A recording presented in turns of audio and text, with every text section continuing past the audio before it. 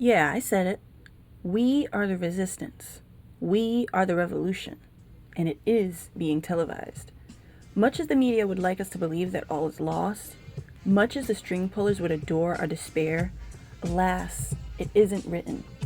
The narrative crumbles moment by moment, and the intents of our former lords are coming to light. The sadistic game of playing God, a twisted God, is now nearing its end. The nihilism they've tried so hard to cultivate has failed, hasn't it? We're still here, aren't we? Still sane and still willing to see the light at the end of the tunnel? And it's been a long tunnel. We lost so many people close to us, people so wise and strong that our own doubts have at times been strengthened and our faith sometimes tested. We've lost so many prominent people in the last 15 or so years, people who are so privy to the machinations of empires we've been told are admirable, are on our side. But they're not, are they? No, rather we've been their meal tickets, our attention and illnesses and torment exploited and commodified. All the while, the real issues are left to pile up and grow and feed our concern. And we were supposed to stay mad at each other. We were supposed to continue the infighting, engaging in the distractions strategically placed at special times of the year. The show must go on, they say. No, the show must not. People are getting tired. They're getting tired of being spoon-fed ideology and pseudo-righteousness. They're tired of the mental contagion, the fear porn that's been in rotation since the dawn of mainstream media. The spell is lifting, and people are wondering, what's the point of all this? We've allowed ourselves to be strung along, maybe because it was easier. And back then, it did seem easier. But the chaos and neglect is ever apparent now, and difficult to ignore even in the deepest of sleeps. It's uncomfortable, maddening at times, the blatant disregard for the necessity of change, a change in priorities, a change in values, a change in how we guide the future. Social media has worked to turn a whole generation jaded. Music has been twisted into a tool for self-harm and destruction. A child's innocence is shortening by the day as they're exposed to more and more. Nothing is sacred in this world that's been sneakily, gradually built. And we're not stupid. We see it. We've watched loving, well-meaning individuals be replaced by corporate puppets. We've watched the puppeteers sway the world indirectly. And we've watched mental and emotional illness spread like wildfire. People who haven't lived are already knee-deep in despair as the doom and gloom narrative has gradually grown louder and more insistent that everyone listen. That everything it says it's true. But it's not true. The world is ruled by perception, and the people's perception is changing. Things that were once trusted are not. Ideas that were once heralded as absolute are not.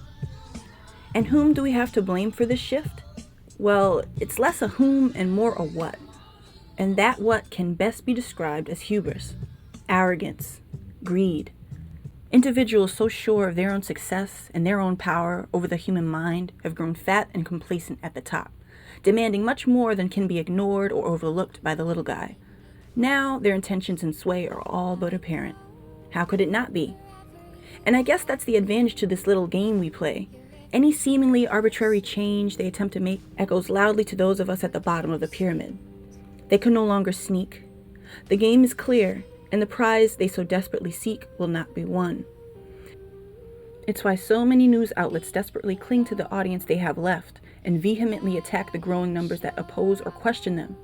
It wasn't expected that so many people would begin to awaken so quickly, or that more and more people would brave the lonely path of self-discovery. But people did. And it's not easy to be that guy. It requires a lot of introspection, a lot of emotional and mental pain. But in the end, that guy is always better for it. The time is now to seek our own direction from within. We are not objects upon which information can be imposed. We are not consumers of things or ideas. We've always been more than what we've been shown, and our minds are our own. They have to be. Because what's the alternative? Do we really want to be used, wasted, and thrown away? Are our lives not worth more than that? Do we not have the right to live, to explore, to grow? I think we do, and so do many others. This ploy to pick apart and destroy every aspect of human nature is sick. We need companionship.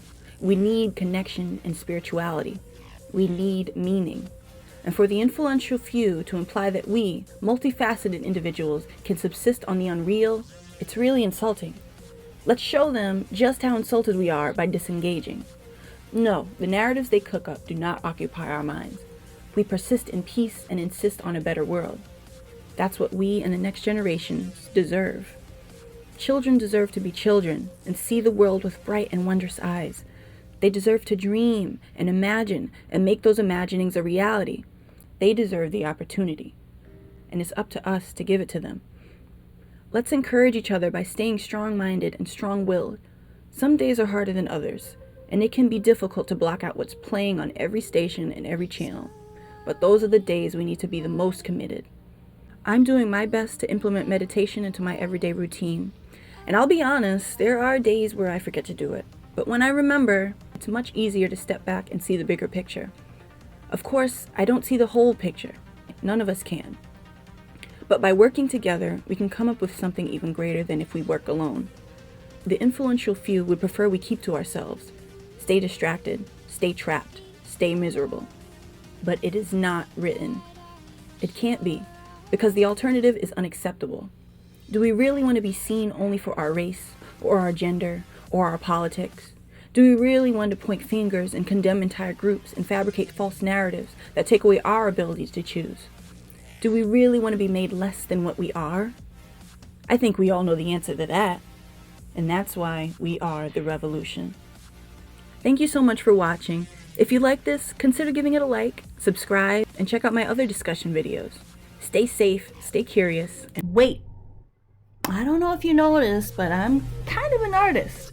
And I'm thinking of starting up my commissions again. If you want to learn more about pricing and what I will and will not do for commissions, you can email me at zanycreed@gmail.com for more information on art commissions.